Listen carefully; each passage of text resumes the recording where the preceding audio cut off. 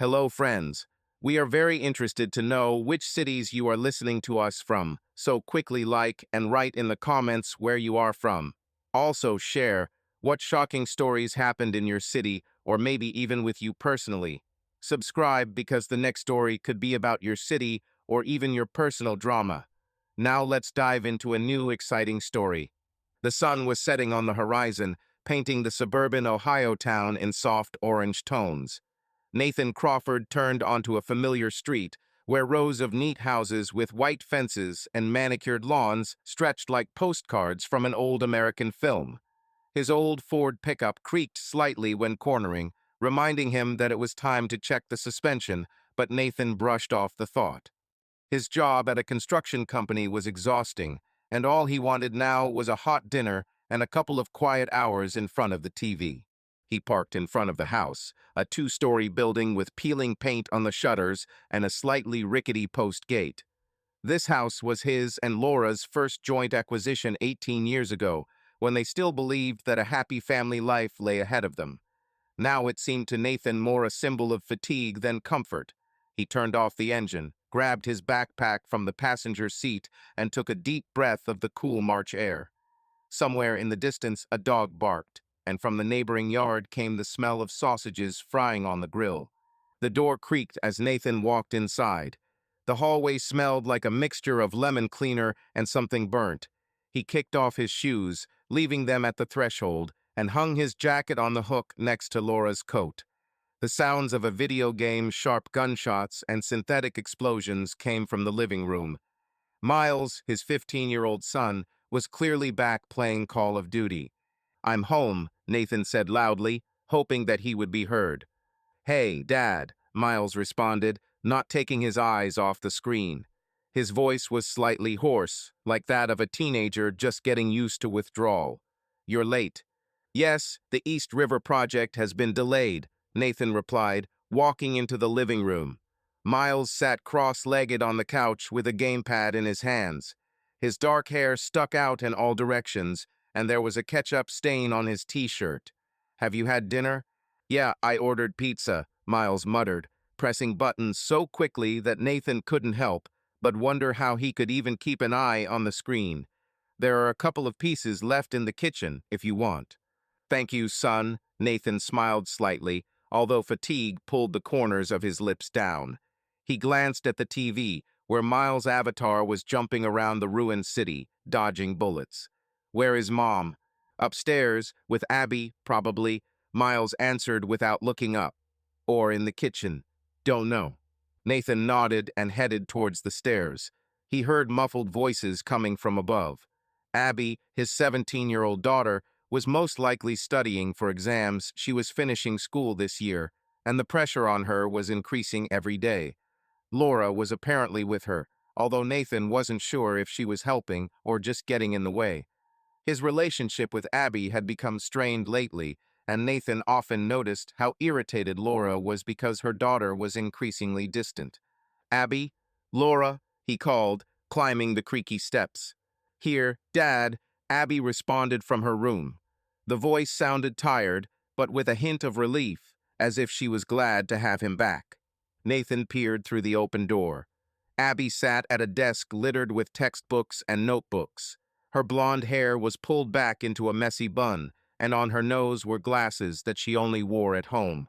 Laura stood nearby, crossing her arms over her chest and looking at her daughter with slight irritation. "You left the formula unfinished again," Laura said, pointing her finger at the open notebook. "If you pass the exam like this, don't expect the college to welcome you with open arms." "Mom, I know," Abby sighed, rolling her eyes. "Just give me 5 minutes. I'll figure it out." "Hey, girls," Nathan interrupted, leaning against the doorframe. "What do we have here?" "Hey, Dad," Abby gave him a grateful look. "Mom thinks I'll fail algebra if I don't learn everything right now." "I don't think I know," Laura snapped, turning to Nathan. Her brown eyes sparkled and her lips pressed into a thin line. "She sits on the phone all day instead of studying." "That's not true," Abby countered, leaning back in her chair. "I just finished English, and you immediately latched onto math." "Okay, let's not argue." Nathan raised his hands as if giving up. Abby, you can do it. I believe in you. Laura, maybe we should give her a break? Laura snorted but didn't say anything. She turned around and left the room, saying one last thing. Dinner in the kitchen, if you're interested. Nathan watched her go. In recent years, such skirmishes have become commonplace. Laura was always emotional, flaring up like a match, and then cooling down just as quickly. But something in her tone today seemed sharper to him than usual. He shook his head and turned to Abby. Are you okay? He asked quietly. Yes, Dad, Abby smiled faintly. I'm just tired. School, you know. I know, Nathan nodded. Don't put too much pressure on yourself, okay? You still have a couple of months until graduation. I'll try, she promised, returning to her notebook. Nathan went downstairs, feeling more tired. It was warm in the kitchen. There was a pizza box on the table with 2 slices of pepperoni, already slightly weathered. Laura stood at the sink, washing the dishes with such diligence, as if she wanted to wipe off not only the dirt from the plates, but the entire day. Her phone lay on the countertop nearby, the screen glowing, but Nathan didn't pay attention to it, at least not yet. How was your day? He asked, opening the refrigerator in search of beer. As usual, Laura answered without turning around. Her voice was level, but there was tension in it. I sat at home, made orders. And you? We were delayed at a construction site. Nathan took out a bottle of Budweiser and uncorked it. The drawings were redone for the 3rd time. The client wants everything to be perfect. Laura nodded, continuing to scrub the plate with the sponge. Well, you are our jack of all trades. Nathan took a sip of his beer and looked at her. Something about her posture, the way she hunched over the sink, the way her fingers clutched the sponge struck him oddly. He wanted to ask what was the matter, but changed his mind. Lately, their conversations more and more often ended in either silence or a quarrel, and he was not ready for the next round. I'll go lie down, he said, taking a piece of pizza. Long day. As you wish, Laura said without looking up. Nathan walked into the living room, where Miles was still fighting virtual enemies. He plopped down in a chair, placing the pizza on his lap, and turned on the TV, choosing some old action movie with Sylvester Stallone. The sound of gunfire from the film mixed with the sounds of the game, creating a strange but familiar background. He took a bite of the pizza cold but edible and tried to relax. A few minutes later, Laura came downstairs. She walked past him without saying a word and sat down at the kitchen table with her phone in her hands. Nathan saw her quickly typing something out of the corner of his eye, her fingers flickering across the screen. He frowned, but immediately dismissed the thought. Probably another design order, he thought. Laura sometimes took on freelance projects, although recently she complained that there were fewer clients. Miles, turn that thing off already, she shouted across the room. It's too late. One more mission, Mom, Miles responded without looking up from the screen. Nathan, tell him. Laura turned to her husband, her tone becoming sharper. Miles, finish, Nathan sighed, not taking his eyes off the TV. School tomorrow. Okay, Miles grumbled, but obeyed, turning off the console. He got up from the sofa and stretched. Good night. Calm, Nathan replied. Miles went upstairs, leaving his parents in silence, broken only by the sounds of the movie. Laura was still sitting at the table, staring at her phone. Nathan finished his beer and threw the empty bottle into the trash. He wanted to say something, to ask why she was so distant, but the words got stuck in his throat. Instead, he simply turned off the TV and stood up. I'm going to take a shower, he said, heading towards the stairs. Aha, Laura muttered, without looking up. Nathan left, leaving her alone in the kitchen. The phone on the table blinked with a new message, but he no longer saw it. An ordinary evening at the Crawford house was coming to an end, just like hundreds of others. The next morning began with the usual chaos. Nathan's alarm clock rang at 6 in the morning, jerking him out of a restless sleep where he saw construction plans falling from the sky like autumn leaves over and over again. He stretched, feeling his muscles ache from yesterday's long day, and turned off the phone. It was still dark outside the window, Only a faint gray light made its way through the curtains. Nathan lay there for a few seconds, listening to the silence of the house, until a knock came from above. Abby was probably getting ready for school. He stood up, pulled an old sweater over his t-shirt, and went downstairs. The kitchen greeted him with coldness and the smell of yesterday's pizza. Laura was already there, standing by the coffee maker in her blue robe, her hair disheveled, her face without makeup. She looked tired, but Nathan didn't ask if she'd slept at all. Their morning conversations had long since been reduced to a minimum. "Good morning," he said, opening the cabinet in search of a cup. "Uh-huh," Laura answered without turning around. The coffee maker hissed, filling the air with a bitter aroma. "Are you late again today?" "I hope not," Nathan shrugged, pouring himself some water from the tap. "If the drawings are approved, I'll leave early." Laura nodded but didn't say anything. Her phone lay face down on the counter, and Nathan noticed her glance at it quickly, as if checking to see if it was blinking. It was a small thing, but something about her movement made him frown.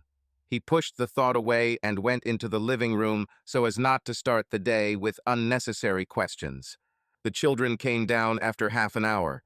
Abby, with her backpack slung over her shoulder, looked collected, but there were shadows under her eyes. Miles trailed behind, headphones in his ears, humming something from his playlist. Nathan walked them to the door, wished them a good day, and returned to the house. Laura had already gone upstairs, leaving her coffee unfinished. Her phone remained on the table, a black rectangle, face down, and this time he blinked. Nathan froze. It was none of his business, he told himself. Laura often left her phone anywhere in the kitchen, in the living room, even in the bathroom. He never checked her messages, not because he trusted her implicitly, but because he didn't care. Their marriage had long turned into a routine where everyone lived their lives under one roof. But something about that flashing screen caught his attention. Maybe Laura's aloofness yesterday, or the way she hurriedly typed before bed. He didn't know. "To hell with him," he muttered under his breath and stepped towards the table. The screen was unlocked. Laura never set a password, considering it an unnecessary hassle. It showed a notification from an unfamiliar number. "I can't wait to see you again, just like old times." Nathan stared at the words, feeling something heavy rise within him, like a mixture of curiosity and anxiety. He swiped his finger across the screen, opening the correspondence, and his heart skipped a beat. Messages stretched upward in a long chain. The name at the top was Sean. Nathan knew the name. Sean Davis, the guy Laura had dated before him. She'd mentioned him a couple of times over the years, always with a slight sneer, as someone who was a thing of the past. But that was not the past. It was right there on the screen. "Do you miss me?" Sean wrote 3 days ago. "Sometimes," Laura replied. "Does he know?" Sean asked later. "No, and she won't," was her answer. Nathan scrolled further, feeling his fingers grow cold. There were reports of Laura complaining about their marriage, that Nathan was too cold, and that he never listens. There were hints about a meeting, maybe next Friday, and Sean's answer, "Just tell me and I'll come." And then, last night, that same message that he couldn't get out of his head. "I miss what we had between us so much. Nathan will never understand me the way you do."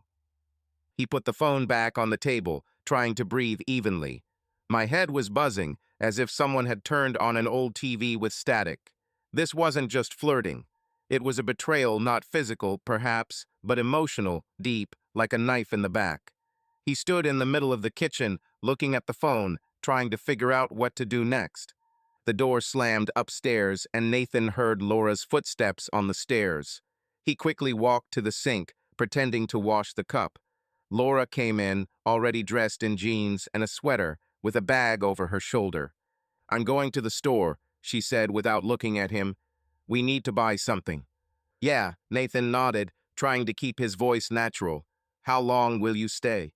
"An hour, maybe 2. Laura took the phone from the table and put it in her pocket. "Will you be home?"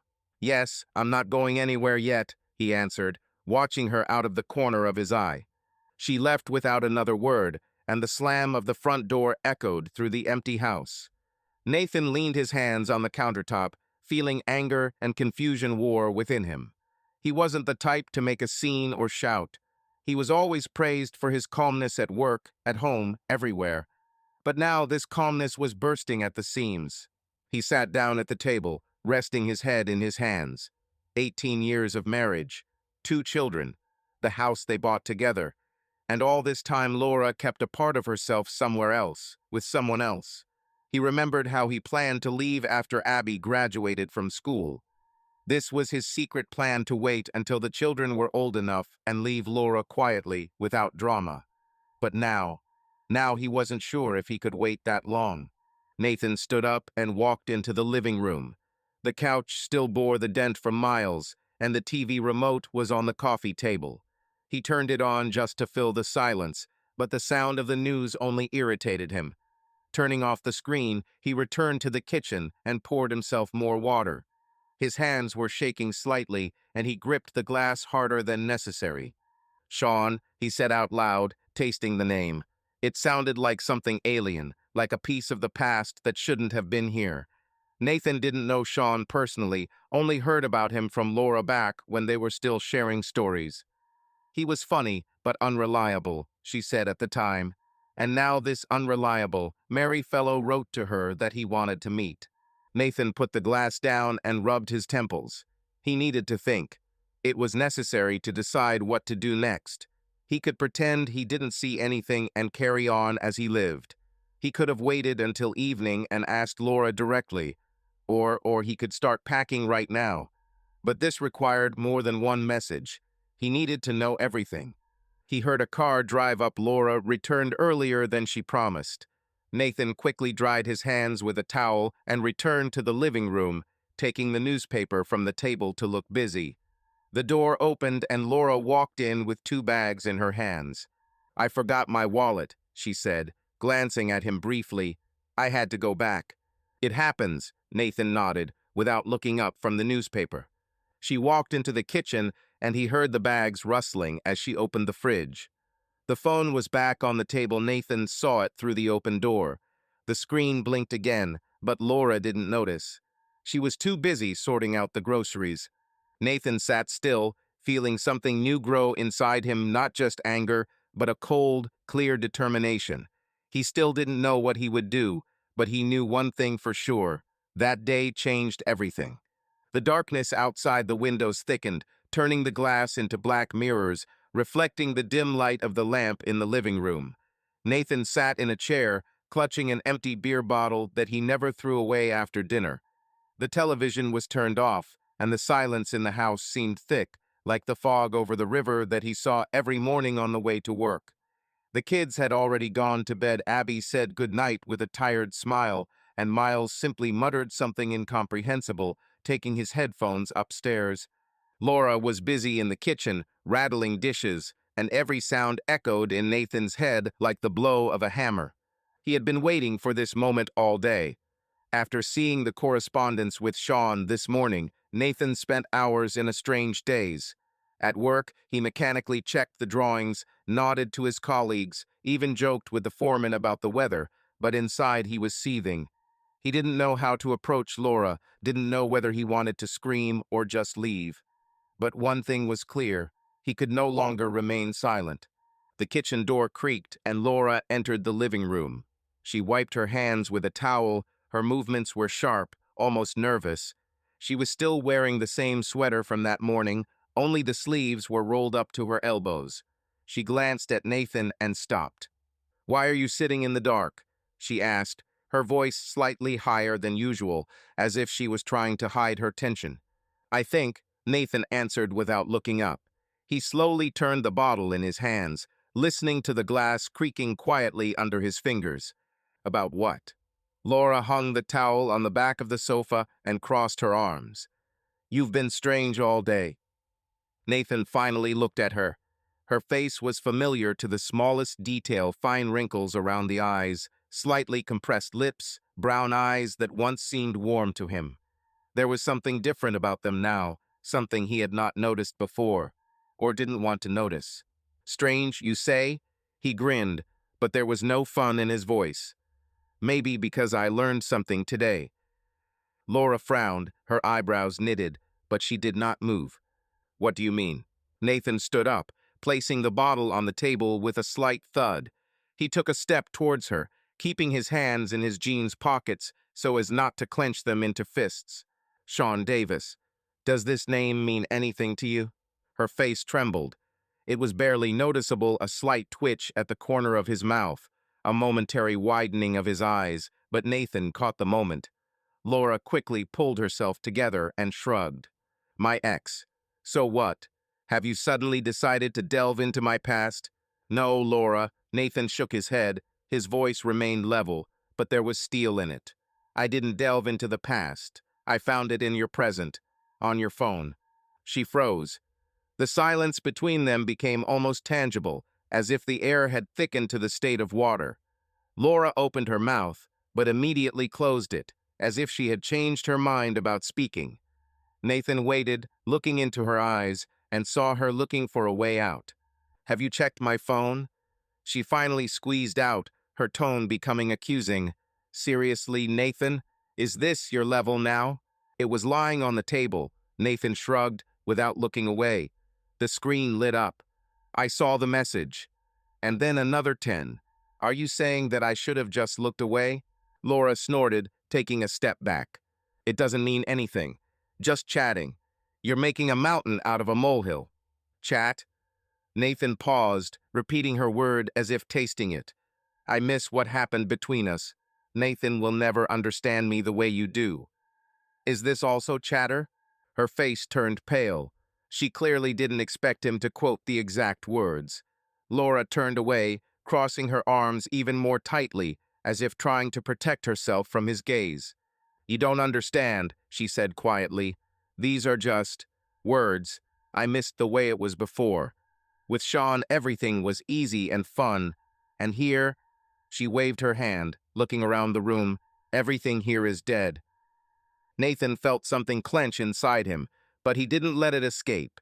He stepped closer, his voice became lower, colder. Dead, 18 years old, Laura. 2 children. The house we built together. And you call it dead because you wanted to chat with your ex. Don't overdo it, she turned sharply to him, her eyes sparkling. You know what I mean? We haven't been a couple for a long time, Nathan. We just exist. You come home from work, remain silent, sit in this damn chair. I'm alone here, you know? One. And that's why you ran to Sean. Nathan raised his voice, but immediately pulled himself together. He didn't want to scream. He didn't want the children to hear. You could have talked to me, say you feel bad, but instead you chose him. Laura fell silent, looking at the floor.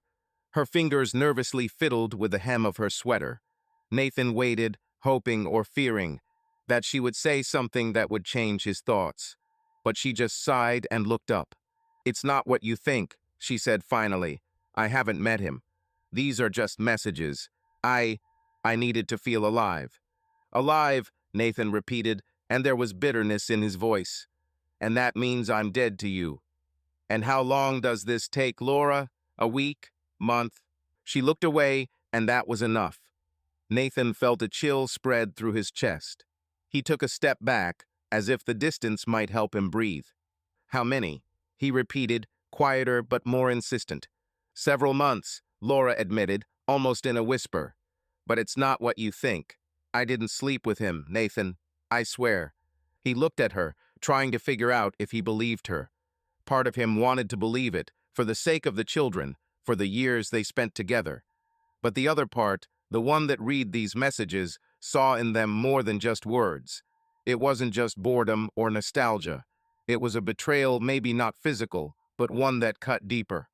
A few months, he repeated, nodding as if confirming something to himself. And all this time you sat here, smiled at me, cooked dinner, and then wrote to him how I don't understand you. Nathan, please. Laura stepped towards him, extending her hand, but he retreated. I didn't want to hurt you. I don't know how to explain. No need to explain, he snapped. I already understood everything. She froze, her hand hanging in the air. Nathan turned and walked to the window, looking out into the darkness.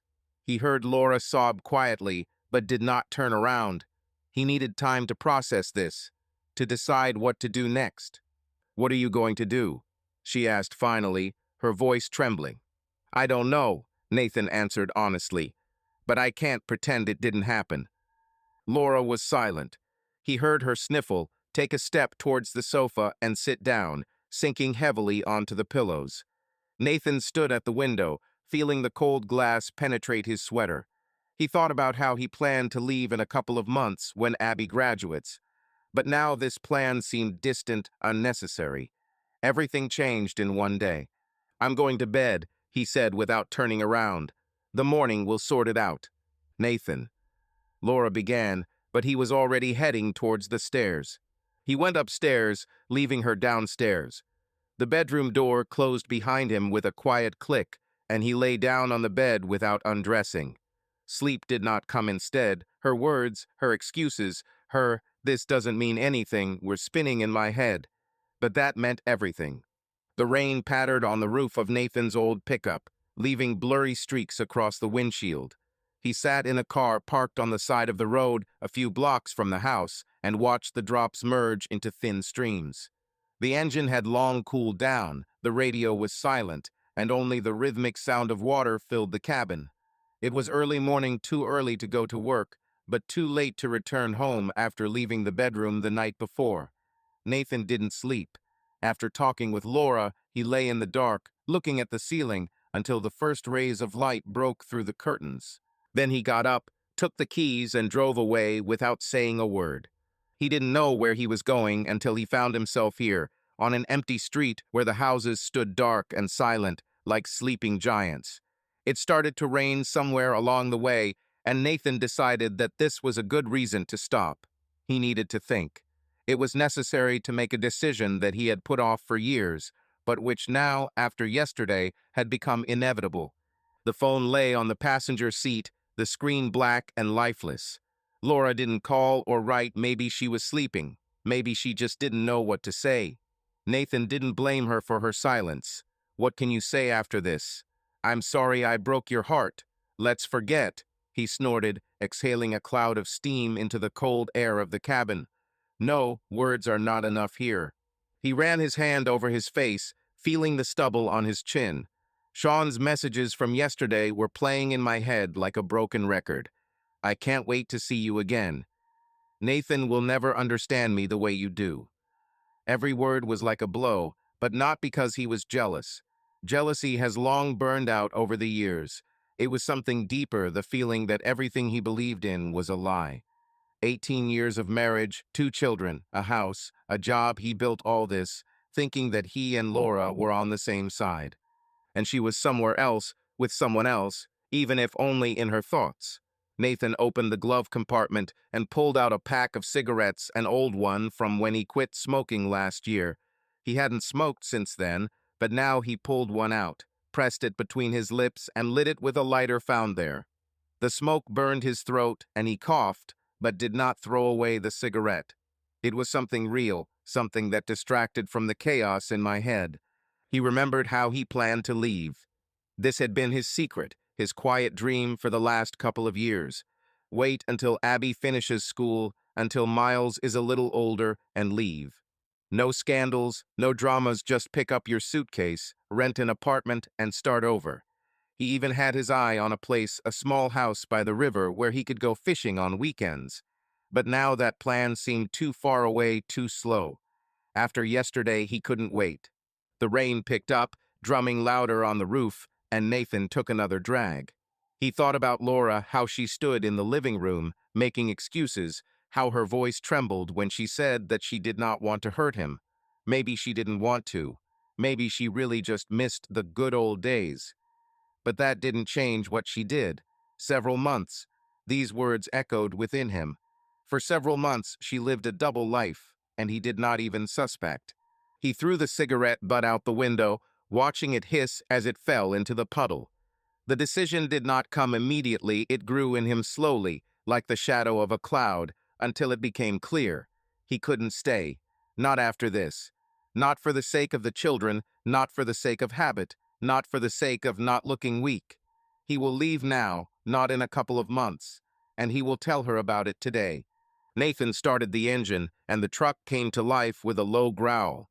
He turned around and drove home, feeling the rain wash away any remaining doubts. By the time he parked outside the house, the sky had begun to lighten, although the clouds still hung low. He entered the house quietly, shaking drops from his jacket. Laura was in the kitchen. He heard her pouring water into the kettle. "Where have you been?" she asked when he appeared at the door. Her voice was hoarse, her eyes were red, as if she had not slept or had been crying. She was wearing the same clothes as yesterday, only the sweater was more wrinkled. "I did," Nathan answered briefly, taking off his jacket and hanging it on a chair. Thought. Laura put the kettle on the stove and turned to him. Her hands were shaking, but she tried to control herself. "About what?" "About us." Nathan looked into her eyes, and this time he didn't look away. "About what you said yesterday, about Sean." She pursed her lips, lowering her head. "Nathan, I told you it doesn't mean anything." "I don't." "Stop it," he interrupted, his voice level but firm. "Don't say it doesn't mean anything." "A few months, Laura. You wrote to him for several months while I was here, while the children were here. Do you think I can just forget this? I didn't want you to find out." She raised her eyes, tears sparkling in them. "I swear, Nathan, it was stupid. I was lonely." "Lonely," he repeated, and there was bitterness in his voice. "What did I do? He worked so that we could have this house.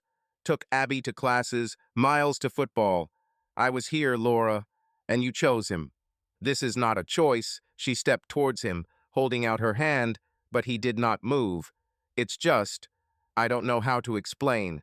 I needed something that wasn't here." Nathan nodded, as if agreeing with something she hadn't said. "I was waiting for Abby to finish school," he said quietly, almost in a whisper. "I planned to leave after that. I thought it would be better for everyone." Laura froze, her hand hanging in the air. "What?" She exhaled. Were you going to leave?" "Yes." Nathan looked at her without taking his eyes off. "But you gave me a reason to do it earlier." Her face contorted as if he had hit her. She stepped back, holding her hand to her chest. "Nathan, please," her voice broke. "Don't do this. We can fix everything. I'll stop with Sean, I swear. Give me a chance." He shook his head, feeling something settling inside him, becoming heavy and final. "No, Laura, I can't. Not after this." For the sake of the children, she grabbed his sleeve, her fingers clutching the fabric. "Think about Abby, think about Miles. They won't understand." "They will understand." Nathan gently but decisively pulled his hand away. "They are adults, and I'm not going to live in this house pretending everything is fine just for their sake." Laura began to cry, quietly but desperately. She sank into a chair, covering her face with her hands. Nathan looked at her, feeling a part of him that wanted to come over, hug her, tell her that everything would be okay. But the other part is the one that smoked a cigarette under. "Rain, I knew it was the end." "I'll find an apartment," he finally said. "Today or tomorrow. We'll deal with the rest later." "Nathan." She raised her head, her voice barely audible. "Don't go. Please." He didn't answer. He simply turned and walked into the living room, leaving her alone. Saturday morning entered the Crawford home with the smell of freshly brewed coffee and the sound of bacon sizzling in a frying pan. Nathan stood at the stove, turning the slices with a fork as the grease crackled, filling the kitchen with a cozy aroma. It was a ritual he hadn't missed since the kids were little, making breakfast on the weekends while Laura slept or tinkered with something of her own. Today he didn't do it out of habit, but to get Abby and Miles together at the table. After his conversation with Laura yesterday, he knew that they needed to hear the truth from him. Outside the window, the rain that had started the day before was still drizzling, but now it had become quieter, turning into a fine drizzle. Nathan glanced at the yard. The grass was glistening with moisture, and the old swing chair on the porch was swaying slightly in the wind. He sighed, turning off the stove and transferring the bacon to a paper towel-lined plate. The coffee was already on the table, next to a plate of toast and a jar of orange marmalade, Abby's favorite. Footsteps behind him made him turn around. Abby walked into the kitchen, rubbing her eyes. Her blonde hair was pulled back into a messy ponytail, and she was wearing an oversized t-shirt with the logo of her school volleyball team. She looked sleepy, but her movements had the familiar energy of a teenager who doesn't like to get up early. "Good morning, Dad," she said, yawning. "Why are you so early?" "Good morning, sunshine," Nathan smiled, although the smile came out strained. "I decided to make breakfast." "Where's Miles?" "He's probably still sleeping upstairs." Abby plopped down on a chair and reached for some toast. "Or with headphones, as usual. You won't wake him up until he wants to." "Call him, okay?" Nathan put the plate of bacon on the table. "I need to talk to you." Abby froze, toast in hand, her gaze wary. "About what? Did something happen?" "Just call your brother," Nathan repeated softly. "Then I'll explain everything." She nodded, albeit reluctantly, and stood up, tossing the toast back onto the plate. Nathan watched her leave, feeling a lump in his throat. Abby was smart, sensitive. She always noticed when something was wrong. Miles was different, closed, immersed in his own world, but he was not blind. They both deserved to know what was going on. A few minutes later, Abby returned, dragging Miles with her. He looked like he'd just been pulled out of bed, with his hair sticking out in all directions and a stain from last night's dinner on his t-shirt. He took off his headphones, threw them on the table, and sat down opposite his sister. "What's the urgency, Dad?" he muttered, rubbing his neck. "I was in the middle of the skating rink." "Breakfast will get cold." Nathan nodded at the food. "Eat while I talk." Abby and Miles looked at each other. Abby took the piece of bacon, but didn't eat it, just held it in her hands, looking at her father. Miles grabbed the toast and began to spread the jam, but his movements were slow, expectant. Nathan sat at the head of the table, clasping his hands in front of him. He felt his heart beat faster, but his voice remained calm. "I have to tell you something," he began, looking between Abby and Miles. "This is about me and my mother." Abby sat up straighter, her eyes narrowed. "Did you quarrel again?" "Not really," Nathan shook his head. "This is more than a quarrel. I found out that my mother was communicating with someone, with one person from her past." Miles stopped with the toast halfway to his mouth. "With whom?" "His name is Sean." Nathan paused, searching for his words. "They corresponded for some time. We talked about things that she didn't tell me about." Abby frowned, her fingers squeezing the bacon until it began to crumble. "You mean she cheated on you?" "Not physically," Nathan said quickly, seeing her face tense. "As far as I know, they have not met. But she wrote him things, personal things, about us, about our family, and this lasted for several months." Miles dropped the toast onto his plate, his face frowning. "And you just found this? Did she tell you herself?" "No," Nathan sighed. "I saw the messages on her phone. Accidentally. Then he asked her, and she confessed." Abby leaned back in her chair, crossing her arms. "So what now? Will you separate?" Nathan looked at her, feeling her question hanging in the air. He didn't want to lie, but he didn't want to scare them either. "I told her yesterday that I was leaving. I'll find an apartment and start living separately. But I don't want this to break what we have." Miles snorted, looking out the window. "Cool. Just great. Mom is talking to some dude, and now we have to choose who to live with." Nathan leaned forward, trying to catch his eye. "You can be with me whenever you want, or with Mom. This is your home, and I'm not going to tear you away from it. But I can't stay with her after this." Abby was silent, her lips trembling, but she held on. Finally, she asked, "Why did she do this? If she didn't meet him, why write at all?" "She said she was lonely." Nathan shrugged, and there was weariness in his voice. "What, here, with me, she didn't feel alive. I don't know, Abby. I tried to understand, but I can't." "Are you lonely?" Abby stood up abruptly, her chair creaking on the floor. "And you? You're at work every day, you come home tired, but you don't write to some ex that she's better than your mom." "Abby, calm down." Nathan raised his hand, but she was already shaking her head. "No, Dad, it's not fair. She can't just go and—" Abby paused, brushing a tear from her cheek. Miles looked at the table, his fingers fiddling with the edge of his headphones. "I knew you didn't get along," he said quietly. "But it sucks." Nathan nodded, feeling their words cutting into him. He wanted to say something comforting, but it all sounded empty. "I'm sorry you have to go through this. I didn't want it to happen like this, but I can't pretend nothing happened." "What does Mom say?" Miles asked, finally looking up. "Does she know that we're sitting here now?" "I told her yesterday that I was leaving," Nathan replied. "She was upset, tried to stop me, but I don't think she's ready to talk to you about it right now." Abby snorted, wiping her face with her sleeve. "Certainly. She always avoids difficult conversations. Give her time." Nathan looked at his daughter. "I'm not making excuses for her, but she's your mother. She loves you." "Does he love you?" Abby grinned, but there was more pain in her voice than sarcasm. "Then why didn't she think about us when she wrote to this Sean guy?" Nathan didn't answer. He didn't know what to say. Instead, he stood up and walked over to Abby, placing his hand on her shoulder. She didn't pull away, but she didn't relax either. Miles was silent, staring at the cooling bacon.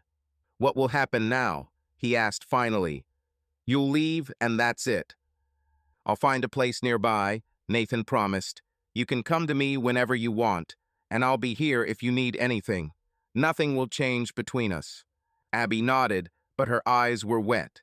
Miles shrugged as if he didn't care, but Nathan knew he didn't. He removed his hand and returned to his chair. "Eat," he said quietly. "Then we'll decide what to do next."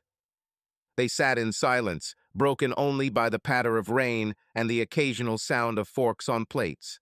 Nathan looked at his children, feeling his heart clench. He took the first step, but knew that more questions, more pain awaited them ahead. And yet he was sure it was right, for him, and maybe, over time, for them. The moonlight filtered through the cracks in the curtains, drawing thin silver stripes on the living room floor. Nathan was lying on the couch with an old pillow under his head that smelled of dust and a little musty. The blanket pulled from the closet barely covered his legs, and the cold air from the open window reached out to him like an uninvited guest. He did not go to the bedroom after talking with Laura and the children. It was impossible to sleep next to her. Instead, he went downstairs, threw his things on the floor, and decided to spend the night here, downstairs, where the silence seemed thicker than above. The day passed in a blur. After breakfast with Abby and Miles, Nathan left for a couple of hours, just driving around the city, stopping by the river, watching the water flow, taking small debris with it. He didn't want to stay at home, where Laura's every glance was like a knife, and the children walked on tiptoes, not knowing what to say.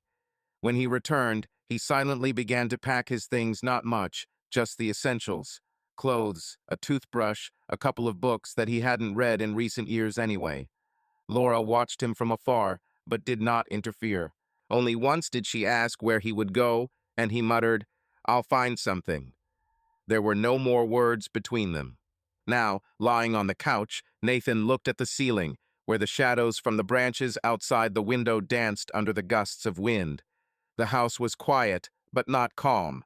He could hear the floorboards creaking upstairs, either as Abby tossed and turned in her sleep, or as Miles got up to fetch water. Somewhere in the distance, the neighbor's barn door slammed, and the sound echoed in the void. Nathan closed his eyes, trying to sleep, but his thoughts wouldn't let go. He remembered how he and Laura bought this house. It was 18 years ago. They were young, full of hope, with little Abby in their arms. Laura then laughed, running through the empty rooms, and said that here would be their nest, their fortress. Nathan was then working 2 jobs to pay off the mortgage, and she was freelancing sketching at the kitchen table. They were a team. When did it end? When did their fortress turn into a cage?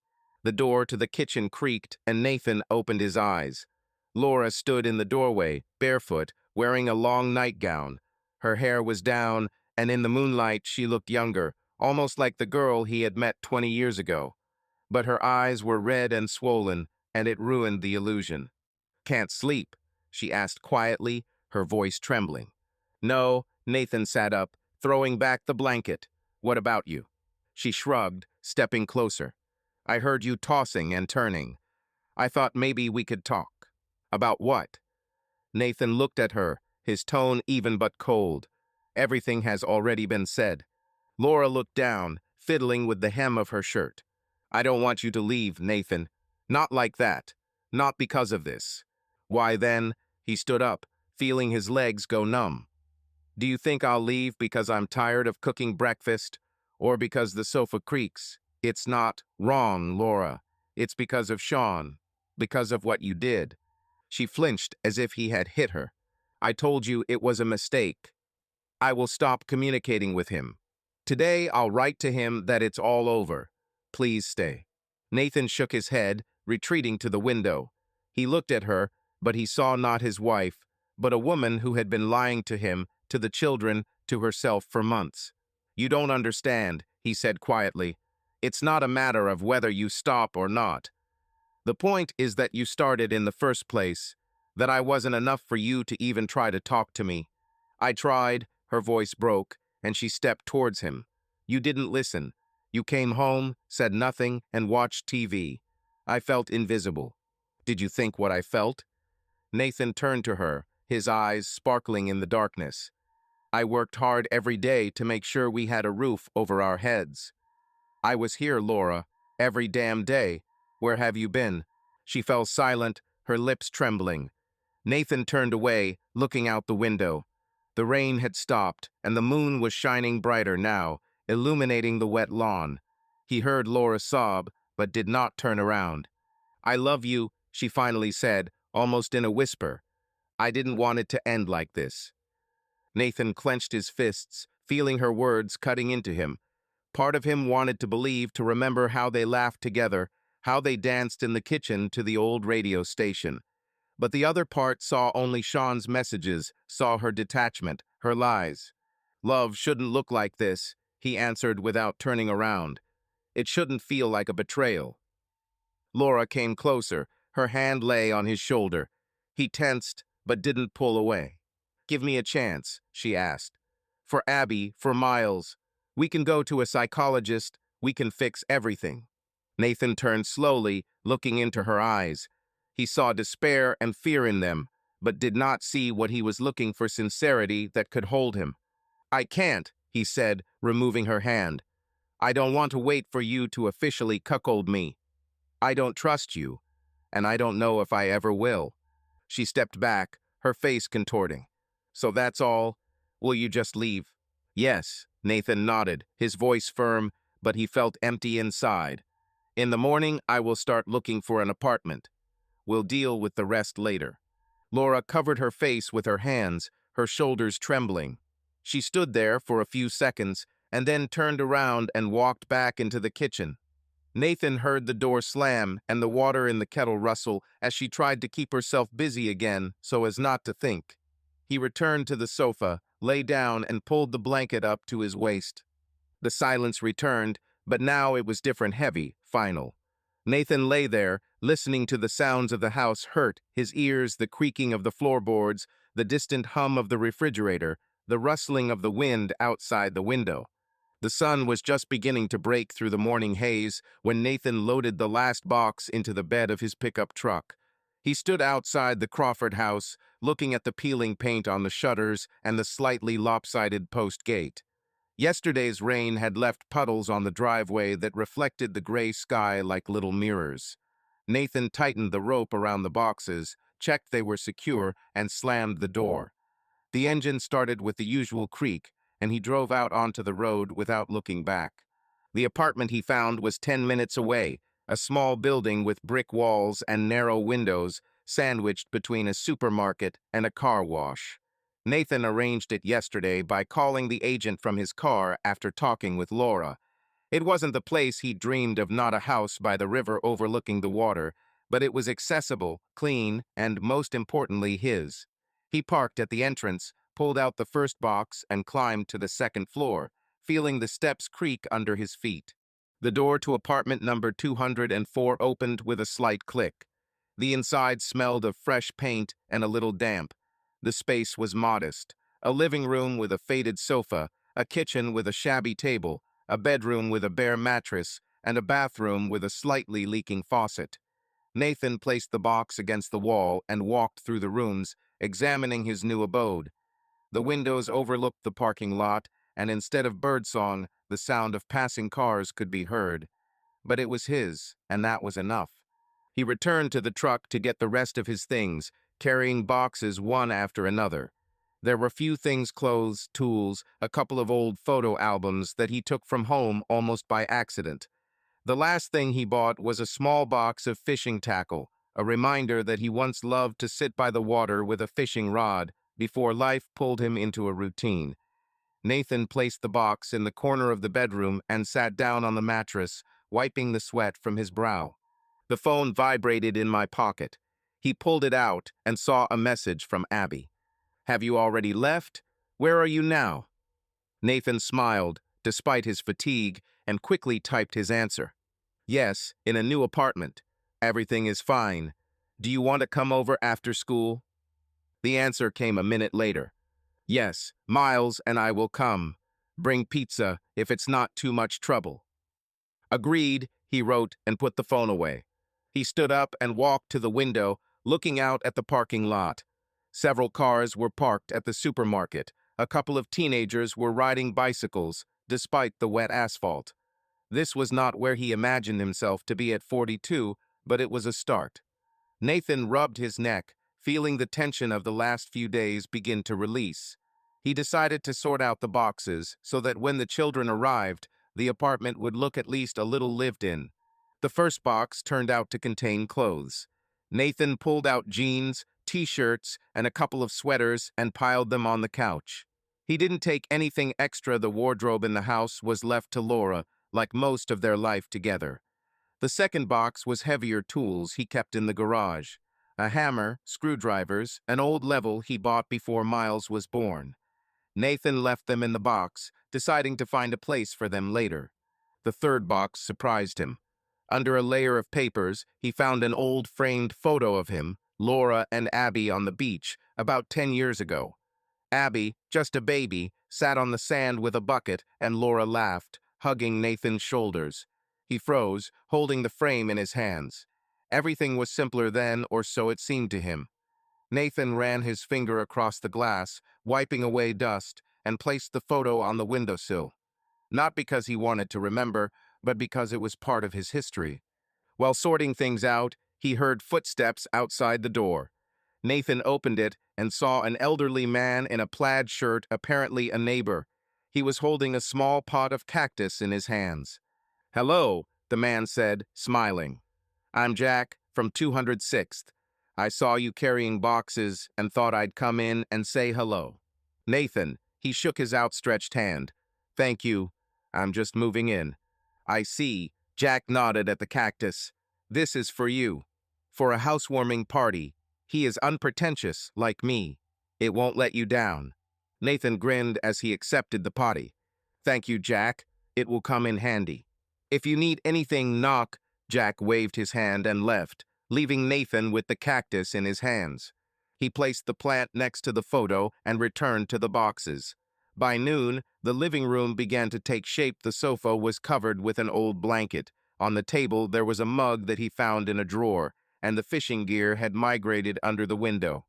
Nathan turned on the small radio he'd brought from home and tuned it to a country station. Guitar chords filled the room, and he felt the tension in his shoulders release a little. As the sun rose higher, Nathan decided to go get some pizza. He took the keys, went down to the pickup, and drove to the pizzeria on the corner. It was noisy. Their teenagers were laughing at the counter. A couple of men in overalls were drinking coffee at a table. Nathan ordered 2 large pizzas, one with pepperoni for Miles, one with vegetables for Abby, and returned to the apartment, smelling the food through the boxes. Abby and Miles arrived closer to 3. Nathan heard a knock on the door and opened it to see his daughter with a backpack on her shoulder and his son with headphones around his neck. Abby stepped inside, looking around. "Well, it's not that bad," she said, throwing her backpack on the sofa, "although I thought there would be more boxes." "I managed to make it out." Nathan nodded towards the table where the pizza was already standing. "Eat while it's hot." Miles walked to the table without saying a word and took a piece. Abby followed him, but her gaze was thoughtful. "Mom called," she said, sitting down. "I asked where you were." "And what did you say?" Nathan leaned against the wall, crossing his arms. "Why did you leave?" Abby shrugged. She was crying. "She said she wanted to talk to us." Miles snorted, taking a bite of his pizza. "Let him deal with his Sean first." "Miles," Nathan gave him a stern look, but his son just rolled his eyes. "What?" "It's true," he muttered. "I don't want to talk to her until she explains what the hell she was doing." Abby looked at her brother, then at Nathan. "Did you talk to her today?" "No," Nathan shook his head. "Not ready yet, and you don't need to rush. Decide for yourself whenever you want." They ate in silence, with only the radio playing quietly in the corner. Nathan looked at the children, feeling a mixture of relief and guilt. This was his new reality, a small apartment, pizza on the table, Abby and Miles nearby. Not what he dreamed of, but what he could give them now. "Will you stay here long?" Abby asked, wiping her hands with a napkin. "We'll see," Nathan shrugged. "This is temporary. Then I'll find something better."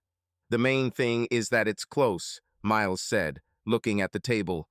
"I don't want to drive across the whole city." "It won't be far," Nathan promised. "I promise." Abby nodded, and Miles simply took another slice of pizza.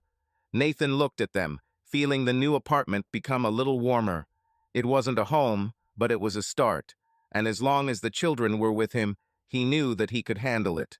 The afternoon sun bathed the Crawfords' kitchen in bright light, reflecting off the white cabinets and leaving stains on the countertops. Laura sat at the table, clutching a cup of cold tea, which she never finished. Her phone lay next to her. The screen was dark, but she glanced at him every now and then, as if he could give her answers. The house was empty. Nathan had left yesterday. The children had gone to his place after school, and the silence enveloped her like a cold fog.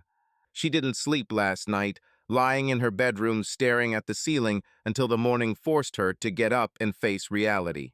Laura took the cup to the sink, turned on the faucet, and watched as the water washed away the brown stains.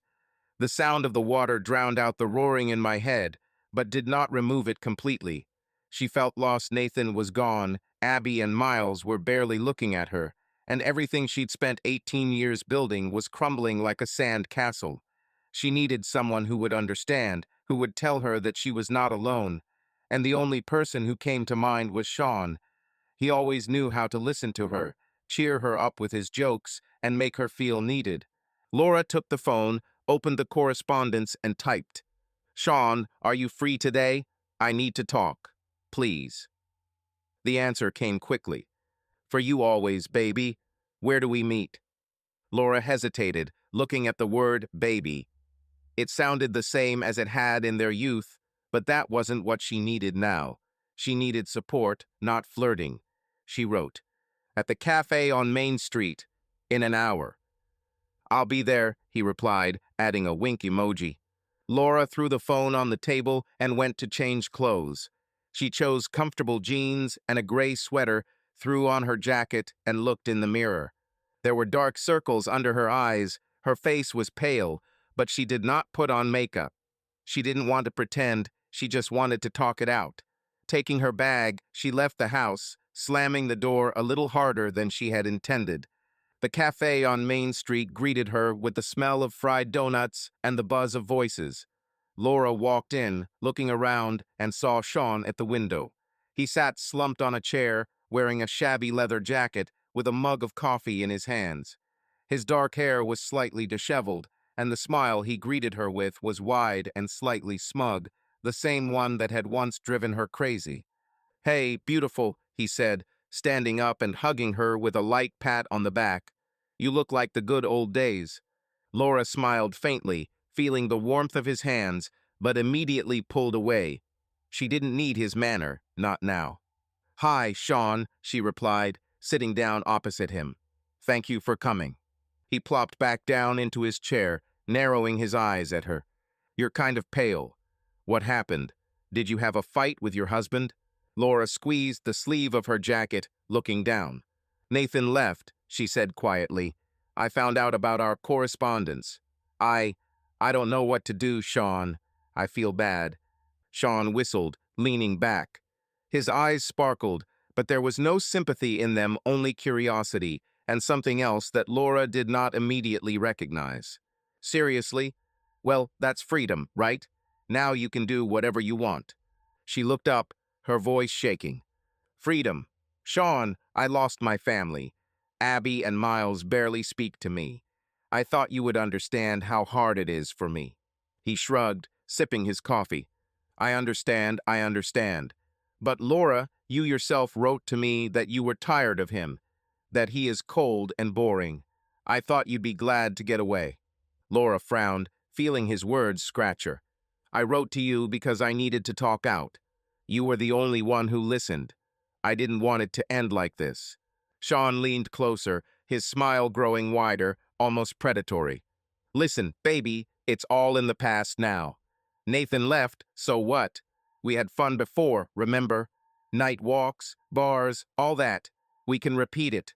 Without him, you are again the Laura I knew. She froze, looking at him. She needed support, and he talked about the past, about some kind of game. Sean, I'm not in the mood for fun, she said, trying to keep her voice even. I came here because I'm lonely. I need someone to tell me that I haven't completely ruined everything. He grinned, putting the mug down. You didn't ruin anything. Life just moves on.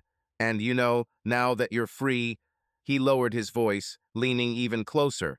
We could do more than just chat. Do you remember how hot it was in our car after the dance? Laura stumbled back, her eyes widening. She looked for a friend in him, and he looked at her as if she were prey. Are you serious? She asked, her voice becoming harsher. I'm telling you that my life has fallen apart, and you're thinking about sex. Well, what's wrong? Sean spread his arms, without losing his smile. You came to me yourself. I thought you wanted to shake yourself up, remember your youth. We always got along well in this regard. She stood up, feeling anger mixed with disappointment boiling inside her. I came because I thought you would help me. That you care at least a little about me, and you just need a reason to have fun. Hey, don't get angry, Sean raised his hands, as if giving up, but there was irritation in his tone. You yourself started writing to me, complaining about your hubby. I just gave you what you wanted, attention. And now that he's gone, we can have some fun, right? Laura shook her head, her hands shaking. You don't understand. I don't need fun. I need, I don't know, someone will be there. And you're the same Sean who left me 20 years ago because he didn't want anything serious. He snorted, leaning back in his chair. Well, I'm sorry that I'm not crying with you in my arms. You knew what I was like. What were you waiting for? Not this. Laura grabbed her bag, her voice breaking. I made a huge mistake. Goodbye, Sean. She turned around and left the cafe without looking back. Sean shouted something like, come on, but she didn't listen. It was cool outside, and she stuck her hands in her pockets as she walked toward the car. The phone was silent, neither Nathan nor the children were texting. Laura sat behind the wheel, feeling the tears finally break through. She looked for support in Sean, but found only an empty shell from the past. He wanted sex and nostalgia, and she wanted comfort. But now she is all alone. Evening fell over the suburban town like a soft gray blanket, and the streetlights along the street came on, casting warm spots of light on the wet asphalt. Nathan stood at the window of his new apartment, watching the last drops of rain run down the glass. The inside smelled of pizza and freshly brewed coffee. He had just put the pot on the stove in preparation for Abby and Miles' arrival. They wrote that they would come after school, and Nathan felt a slight excitement mixed with fatigue. This was their third visit in a week, and he hoped they were starting to get used to his new home. The door slammed, and he heard footsteps in the corridor. Abby walked in first, throwing her backpack onto the couch with a loud thud. Her face was tense, her lips pressed into a thin line. Miles walked behind her, headphones around his neck and a duffel bag in his hands. He looked gloomier than usual, but was silent, as always. Hey, guys, Nathan turned, wiping his hands on a towel. How was your day? Fine, Miles muttered, throwing his bag next to Abby's. Tired. Abby didn't answer, she just walked over to the table and sat down with her arms crossed. Nathan noticed that her eyes were slightly red, as if she was holding back tears. He walked over to the stove, poured coffee into 3 mugs, and placed them on the table along with the box of pizza he had brought an hour ago. Eat, he said, sitting down opposite. The pizza is still warm. Miles took the piece, but Abby didn't move. She looked at the table, fiddling with the edge of her sleeve. Nathan waited, feeling the silence grow heavier. Finally, she looked up. How are things at home? Bad. Abby pursed her lips. She tried to talk to us. She said she wanted to explain everything. But I don't want to listen to her, Dad. Miles snorted, taking a bite of his pizza. She cried all the way. She said that she missed us, that she was sorry. And then she started talking about this Sean, that it was a mistake, that she wouldn't see him again. Nathan felt something clench inside him, but did not show it. And what did you tell her? Nothing. Abby looked at him, her voice shaking. I just went to my room. Miles too. And then we packed our things and came here. Have you packed your things? Nathan frowned, looking at the bags by the sofa. What do you mean? Miles put the pizza down and looked at his father. We don't want to stay there, Dad. Not now. Can we live with you? Nathan froze, his mug stopping halfway to his mouth. He expected his children to visit him, but he didn't think they would decide to move so soon. He placed the mug on the table and leaned forward. Are you sure? It's not just a night or two. This is serious. We're sure, Abby nodded, her eyes sparkling. I can't be there, Dad. Every time I see my mother, I think about what she did. And it hurts. Miles shrugged, but his voice was firmer than usual. It's her own fault. I don't want to listen to her excuses. It's better here with you. Nathan looked at them, feeling a mixture of pride and pain. They chose him, but that meant Laura was losing them, and he didn't know how to feel about that. This is your home too, he said finally. If you want to stay, stay. I'll sort out the place and make rooms for you. Abby smiled weakly, wiping her eyes with her sleeve. Thank you, Dad. I knew you would understand. And Mom? Nathan paused. Does she know you're here? We left a note, Miles said, taking another slice of pizza. We wrote that we'll be with you. Let her decide what to do about it. Nathan nodded, feeling a weight settle on his shoulders. He didn't want the children to turn their backs on Laura completely, but he wasn't going to force them. It was their choice, and he respected it. Okay, he said. You'll spend the night here today. We'll sort things out tomorrow. I have a sofa and a mattress, but we'll figure something out. Abby stood up and hugged him, burying her face in his shoulder. Nathan hugged her back, feeling her warmth chase away the cold inside. Miles looked away, but his lips twitched slightly, almost a smile. They ate pizza, drank coffee, and Nathan realized that his small apartment was now their home. It wasn't perfect, but it was real. Monday morning began with the horn of a truck outside Nathan's apartment. He woke up early, before the alarm clock, and lay listening to the city come to life outside the walls. Abby and Miles slept in the living room, she on the couch, he on the mattress that Nathan had dragged from the bedroom. Their things were stacked against the wall, and the apartment looked cramped than before, but that didn't annoy him. It was proof that they were with him, and that was enough. Nathan stood up, walked quietly into the kitchen, and turned on the coffee pot. The smell of coffee filled the air as he prepared sandwiches for the kids, peanut butter for Miles, jelly for Abby. He left them on the table with a note. I left for work. I'll be back by 6. Call me if anything happens. Then he took his backpack and left, closing the door as quietly as he could. Construction on the East River was buzzing like a beehive. Nathan parked the pickup at the office trailer and got out, pulling on his work jacket. The air smelled of concrete and damp earth, and the noise of the cranes and the voices of workers drowned out thoughts. Here he felt in his place, no need to talk about Laura, no need to think about Sean.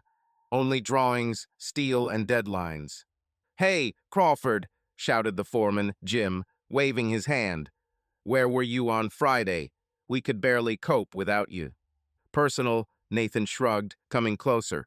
What today? We're pouring concrete. Jim nodded toward the site. Check the drawings so they don't mess it up. And be in touch. The client called in the morning and wants to speed things up.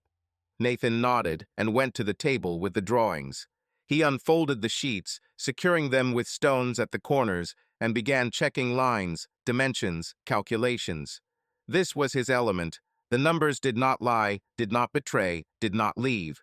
He ran a pencil over the diagram, marking where he needed adjustments, and felt the tension in his chest release. The hours flew by unnoticed. Nathan walked around the site, checking the formwork, talking to the workers, and giving commands. As the sun rose higher, he took off his jacket, rolled up his sleeves, and took a level to personally measure the foundation. Sweat dripped down his temples, but it didn't stop. Work was his shield while he was here. He didn't think about the empty house, about Laura's tears, about what would happen next. At lunch, Jim sat next to him, handing him a bottle of water. "You're like a machine today," he said, wiping his forehead. "What's wrong with you?" "I just want to finish." Nathan took a sip of water, looking at the river in the distance. "The children are waiting at home." "Are they with you now?" Jim raised an eyebrow. "I heard you moved out." "Yes," Nathan nodded. "They decided to stay with me." "So far so." Jim whistled, shaking his head. "It must be hard, but you hold on. If anything, take a day off. Don't be a hero." "Thank you," Nathan smiled faintly. "But I'm better here." Jim patted him on the shoulder and left, and Nathan went back to work. He checked the slings, monitored the crane, and recorded data. By evening, my back ached, my hands were covered in dust, but my head was clear. The sun was already setting when he got into the pickup, turning the sky orange. Nathan turned on the radio. Old rock music began to play quietly, and he drove home, feeling that the day had not been in vain. Abby and Miles were waiting for him at home. They sat at the table, eating leftover pizza, and Nathan realized that work had saved him today. But he knew that this was temporary. Sooner or later, he would have to face what was inside. The silence in the Crawford house was deafening. Laura stood in the middle of the living room, looking at the empty sofa where Nathan used to sit with a bottle of beer in his hands or Miles with a gamepad. Now there was only a crumpled pillow that no one had straightened. A light rain was drizzling outside the window, and the glass was covered with a thin layer of moisture, blurring the outlines of the street. It was Tuesday morning, but Laura couldn't tell exactly how long it had been since Nathan had left and the kids had decided to stay with him. The days merged into one gray blur. She walked into the kitchen, where on the table stood the same cup from which she drank tea before meeting Sean.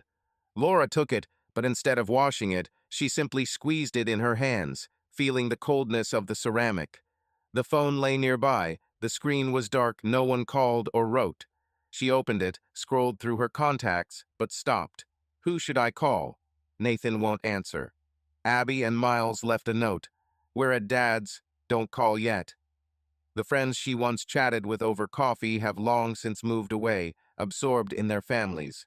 And Sean. After that meeting in the cafe, she realized that he was not who she took him for. Laura put the cup in the sink and turned on the water, but then turned it off. She didn't want to do anything. She returned to the living room and sat on the couch, pulling her knees to her chest. There was a TV remote on the coffee table, and she turned it on just to fill the silence. The news was buzzing about the weather, but Laura wasn't listening. Her gaze fell on the shelf where there was a photograph of her, Nathan and the children on a picnic 5 years ago. Abby was laughing as she held the kite. Miles was frowning because he had been bitten by a wasp.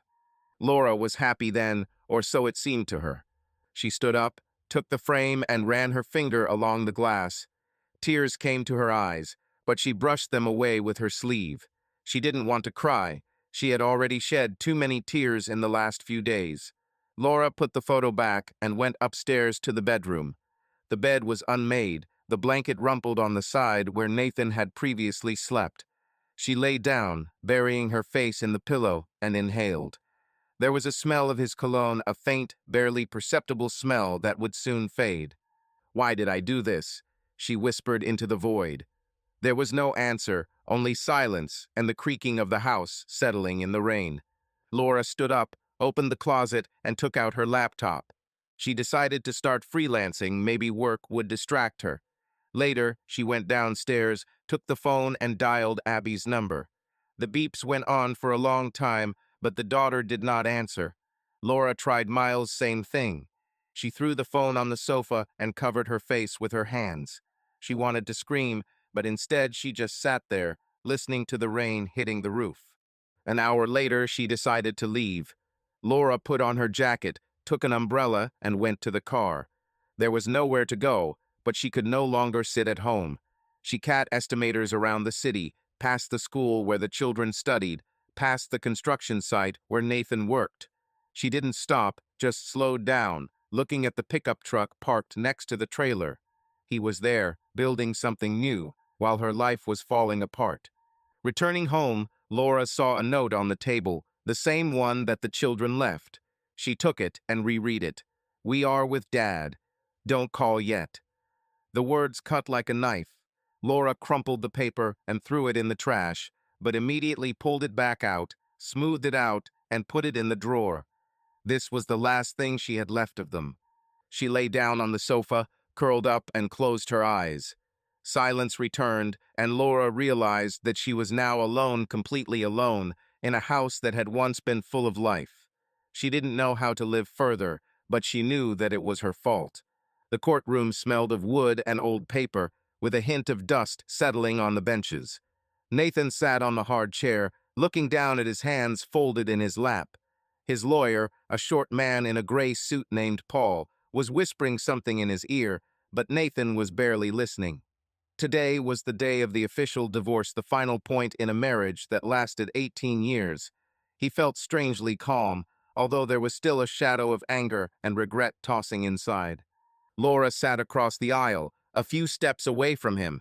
She looked paler than usual. Her hair was pulled back into a tight bun, and her fingers nervously fiddled with the edge of her purse. Nathan didn't look at her directly, but out of the corner of his eye, he saw her glance in his direction every now and then. Abby and Miles sat behind him, their presence a silent support. They insisted on coming, even though Nathan suggested they stay home.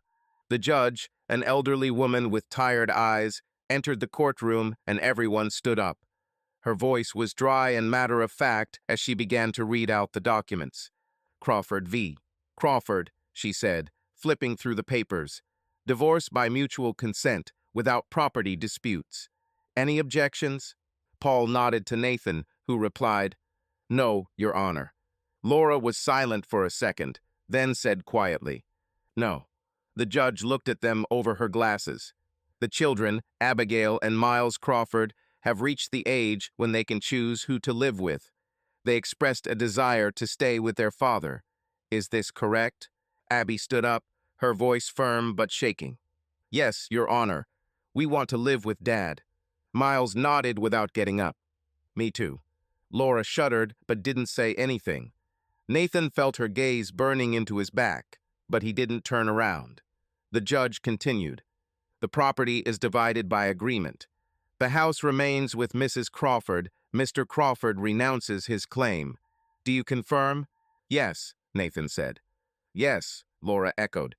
Everything was going fast, too fast. The judge read out a few more points. No child support was required. The children were almost adults. There were no joint debts. 20 minutes later, she knocked with the hammer. "The marriage is dissolved. The decision takes effect immediately. Good luck to both of you." Nathan stood up, feeling his legs shake slightly. Paul patted him on the shoulder. "That's it, Nathan. You are free." "Thank you," he replied, but the words sounded empty. Abby and Miles walked up to him, and he hugged them, feeling the warmth of their closeness. Laura remained sitting, looking at the floor.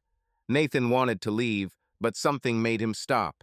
He approached her, holding the children behind his back. "Laura," he said quietly, "this is the end. But the children, they are still yours. Don't push them away completely." She raised her eyes, full of tears. "I didn't mean it, Nathan. I didn't want to lose you all." "I know," he nodded, "but it happened that way. Take care of yourself." She sobbed but didn't say anything. Nathan turned and walked out of the hall, Abby and Miles walking next to him. It was cold outside, and the wind blew leaves along the sidewalk. Nathan inhaled, feeling the air clear his lungs. The sunset turned the sky over Ohio a deep orange, and Nathan stood in the parking lot of the local cultural center, clutching an old camera bag. He found it in a box last week, a dusty Canon that hadn't been touched in a decade, since the kids were little and life hadn't yet caught him in the endless cycle of work and home. After talking to therapist Carol, he decided to try something for himself, and a photography course he heard about through his neighbor Jack seemed like a good start. The building of the center was low, with brick walls and a sign slightly faded from the sun. Nathan walked in, smelling the scent of varnish and paper mingling with the light aroma of coffee from the vending machine in the hallway. About 10 people had already gathered in the audience. People of different ages, from students to retirees, were sitting at tables, looking at their cameras or chatting about the weather. Nathan took a seat in the corner, putting his bag on his lap, and took out his camera. He ran his finger over the buttons, remembering how he had once photographed sunsets by the river. The teacher, a woman in her 40s with short red hair and a bright scarf, entered with a smile. "Hi all.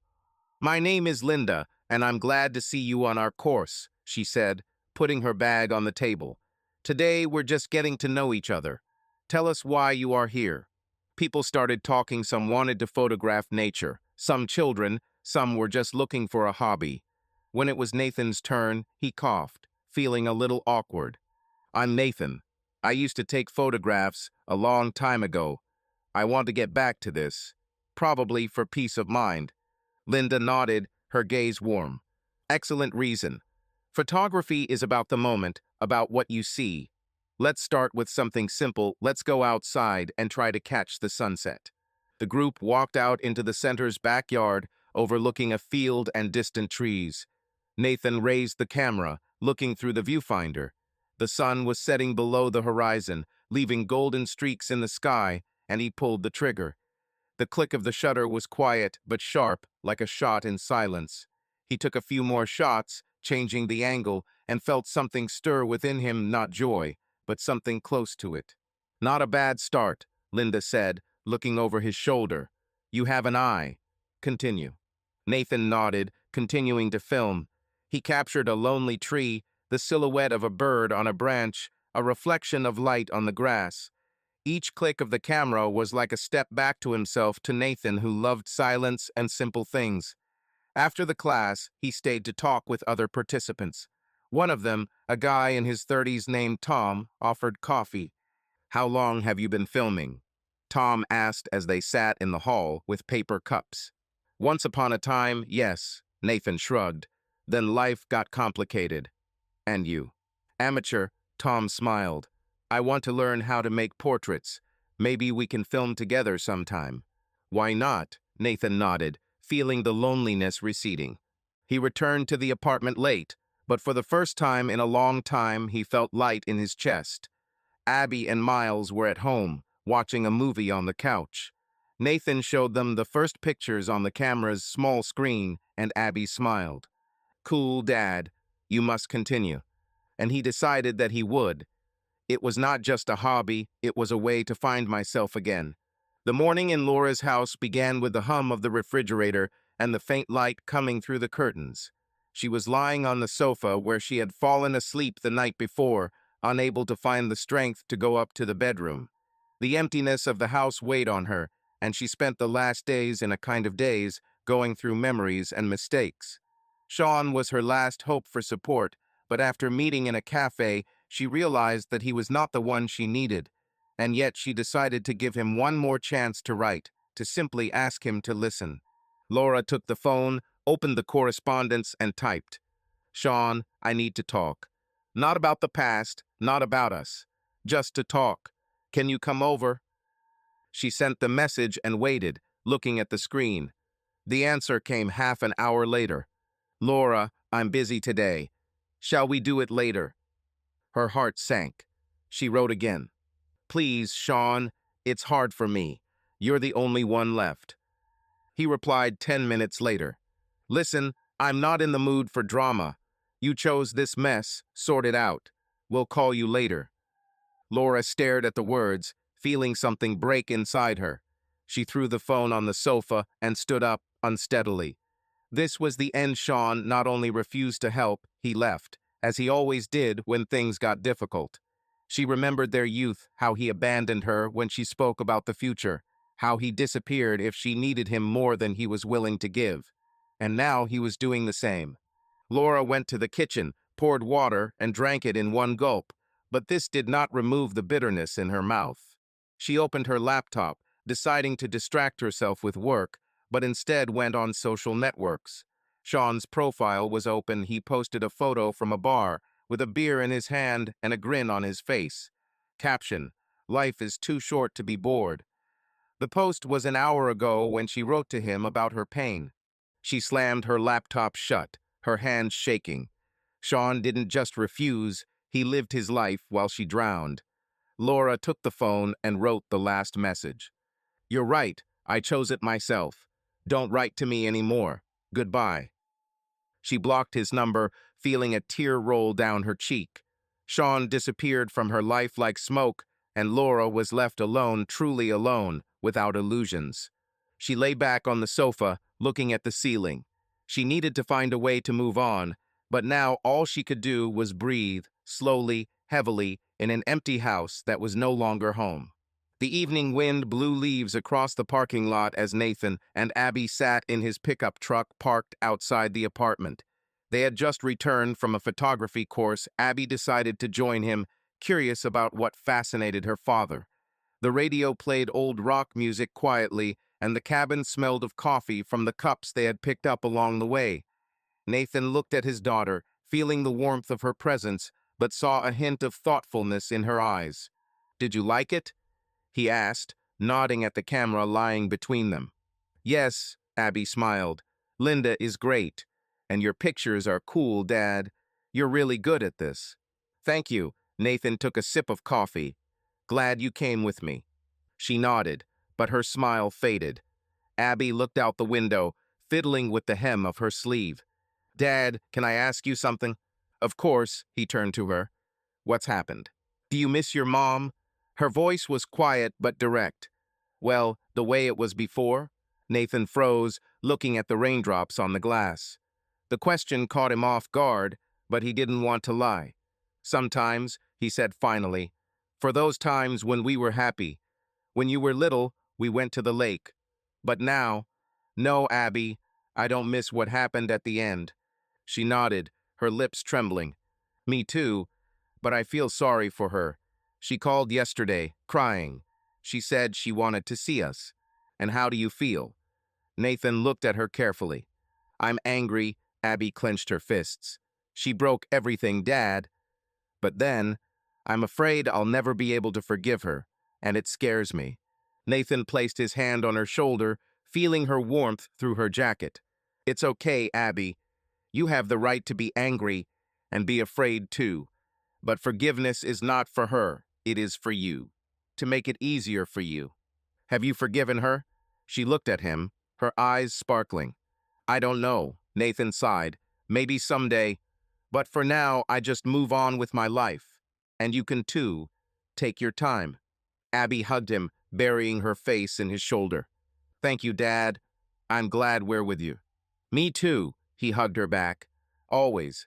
A warm breeze rustled the grass in the field behind the cultural center as Nathan raised the camera to his eyes, catching the last rays of the sun through the viewfinder. The sunset was vibrant, with streaks of red and gold spreading across the sky like paint on a canvas. It was the third session of the photography course, and Linda suggested that the group go outside to catch the light. Nathan stood slightly apart from the others, feeling the click of the shutter reverberate through his fingers like a small victory. Each frame was a step towards something new towards himself, which he had almost forgotten. He took several pictures: a lonely tree against the sky, the shadow of a cloud sliding along the ground, the reflection of light in a puddle after the morning rain. The camera was old but reliable, and Nathan felt it become an extension of his hands. Linda walked over, looking over his shoulder. You have a talent for composition, she said, smiling. This tree is like it's telling a story. Thank you. Nathan lowered the camera, looking at the sunset without a lens filter. I like to look at things in a new way. This is the photograph, Linda nodded. You found something of your own in this, right? I think so, he smiled faintly, feeling warm inside. After the class, the group stayed to chat. Tom, a guy from the course, came over with a bottle of water and handed it to Nathan. Great shots, he said. Do you want to go to the river on Saturday? The light there in the morning is gorgeous. Sounds good, Nathan nodded, taking the water. I haven't been near the water with a camera for a long time. They started talking about camera settings, about filming locations, about how Tom once got stuck in the mud while trying to photograph a moose. Nathan laughed, feeling at ease for the first time in a long time. These were not just people from the course, these were the first steps towards a new life, where he was not only a father or ex-husband, but also himself. He returned home late, when the sky had already darkened and the stars began to appear through the clouds. Abby and Miles were asleep, she on the couch, he on the mattress, their things still in disarray along the walls. Nathan sat down at the table, connected the camera to his laptop, and downloaded the pictures. The sunset on the screen was alive, almost tangible, and he realized that this moment was more than just a photo. It was a symbol of liberation, a sign that he had left the past behind. He closed his laptop, feeling fatigue mingling with something new hope. Cold morning light filtered through the cracks in the curtains, illuminating the empty living room of the Crawford house. Laura stood by the sofa, clutching a box of dishes, the last thing she decided to take with her. The house was almost empty. The furniture remained, but the walls were devoid of photographs, the shelves were devoid of books, and the kitchen was devoid of the smell of coffee. She was visiting her sister in Indiana, in a small town an hour's drive from here. It was not an escape, but a necessity. She could no longer live in this house, full of shadows of the past. Laura walked into the kitchen, put the box on the table, and looked at the phone. Abby and Miles haven't answered her calls for a week, and Nathan hasn't spoken either. After the divorce, she tried to establish contact, but the children kept their distance, and Nathan was polite but cold. She wrote to him yesterday just to let him know. I'm leaving to see Margaret tomorrow. I'll put the house up for sale. If the kids need anything, tell me. He answered briefly. Okay, good luck. Laura sighed, feeling the words cut. She opened the drawer, pulled out an old note from the children, "We're at Dad's. Don't call yet," and put it in her pocket. It was all she had left of them, and she couldn't throw it away. My sister, Margaret, called in the morning to confirm my arrival. Are you sure you want this? She asked, her voice soft but insistent. Maybe you can still try to talk to the children. They don't want to. Laura squeezed the phone. I ruined everything. I need to leave, start over. Okay, Margaret sighed. I'm waiting for you. Come when you're ready. Laura gathered her last things clothes, a laptop, some old sketches that she drew in better times. She called a trucking company to pick up the boxes and drove herself. When she left the city, familiar streets flashed past a school, a construction site, a cafe where she last saw Sean. She didn't miss him, he disappeared from her life, as expected, and it was for the best. The road to Indiana was quiet, with only the radio breaking the silence. Laura turned on an old country station, and the voice of Johnny Cash filled the car. She thought about what she had left behind and what lay ahead. Margaret had a small house with a garden where Laura could work, breathe, maybe find herself. But for now, she just drove, feeling the Crawford house become a memory. Saturday evening in Nathan's apartment was full of laughter and the smell of hot pizza. He sat at the table, pouring soda into plastic glasses, while Abby and Miles argued about what movie to watch. The apartment had changed in recent weeks. The sofa was now covered with a bright blanket, photographs from courses hung on the wall, and in the corner there was a shelf with books and games. This was not just a temporary shelter, it was their new home. I'm for Guardians of the Galaxy, Abby said, taking a slice of pizza. It's fun there, and the music is great. Boring, Miles rolled his eyes, taking a bite. Let's go, John Wick. More action. Guys, choose quickly, Nathan grinned, sitting down next to him. Otherwise, I'll turn on a documentary about fishing. No way, Abby laughed, nudging him with her elbow. Okay, let it be Guardians. But next time my choice, Miles. We agreed, he shrugged, but the corner of his mouth twitched into a smile. They turned on a movie and Nathan watched as the kids settled down on the couch, pulling their legs under them. Abby laughed at the jokes. Miles commented on the fight scenes. It was their evening, simple and warm. Nathan felt the apartment come to life with their voices and realized that this was a new family, not the same as before, but his own. After the movie, Abby helped put away the pizza boxes while Miles turned on the console. Nathan sat next to him, watching his son go through the mission. "Are you okay?" he asked quietly.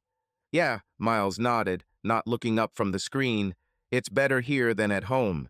Calm down." "Good to hear." Nathan patted him on the shoulder. "If anything, speak up." Abby returned, plopping down on the couch. "Mom wrote that she went to Aunt Margaret," she said, looking at her father.